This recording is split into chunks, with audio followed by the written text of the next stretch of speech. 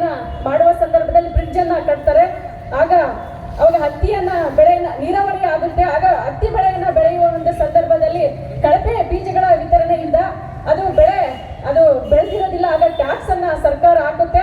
ಆ ಒಂದು ಟ್ಯಾಕ್ಸ್ ಅನ್ನ ನಾವು ಕಟ್ಟೋದಿಲ್ಲ ಅಂತೇಳಿ ರೈತರಂದಾಗ ಅವ್ರ ಮೇಲೆ ಗೋಲಿಬಾರ್ ಮಾಡುವಂತ ಒಂದು ಸಂದರ್ಭ ಇವತ್ತು ನಾವೆಲ್ಲರೂ ಕೂಡ ನೆನಪಿಸ್ಕೊಳ್ಬೇಕು. ಇದೇ ಒಂದು ಆಟ ಮುಂದುವರಿತಾ ಹೋದ್ರೆ ರೈತರ ಸಮಸ್ಯೆಗಳಿಗೆ ಪರಿಹಾರ ಯಾವಾಗ ಅಂತೇಳಿ ಇವತ್ತು ಎಲ್ಲ ರೈತರು ಕೂಡ ವಿಚಾರ ಮಾಡ್ಬೇಕು. ರೈತರ ಮೂಲಭೂತವಾದಂತಹ ಸೌಕರ್ಯಗಳು ಇವತ್ತು ಸರ್ಕಾರ ಕೊಡ್ತಾ ಇಲ್ಲ. ನಮಗೆ ಬೇಕಾಗಿರುವಂತದ್ದು ಸರಿಯಾದ ವಿದ್ಯುತ್, ಸರಿಯಾದ ನೀರು, ಸರಿಯಾದಂತಹ ಬೆಲೆ ಇಷ್ಟು ಕೊಟ್ಟು ಬಿಟ್ರೆ ಸಾಕು. ನಮಗೆ ಸರ್ಕಾರಕ್ಕೆ ನಾವೇನು ಕೇಳೋದಿಲ್ಲ.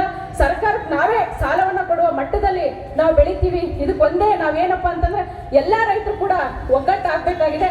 ಮುಂಬರುವ ದಿನಮಾನಗಳಲ್ಲಿ ನಾವೆಲ್ಲರೂ ಒಗ್ಗಟ್ಟಿನ ಮೂಲಕ, ಮಂತ್ರದ ಮೂಲಕ ನಾವು ಹೋರಾಟದ ಹಾದಿಯನ್ನ ಹಿಡಿದು ನಮ್ಮ ಸಮಸ್ಯೆಗಳಿಗೆ ಪರಿಹಾರವನ್ನ ಕಂಡುಕೊಳ್ಳೋಣ ಅಂತ ಹೇಳ್ತಾ ಇದುವರೆಗೆ ಮಾತನಾಡಲು ಅವಕಾಶ ಮಾಡಿಕೊಟ್ಟಂತ ಈ ವೇದಿಕೆಗೆ ವಂದಿಸಿ ನನ್ನೊಂದೆರಡು ಮಾತುಗಳನ್ನು ಮುಗಿಸ್ತೇನೆ.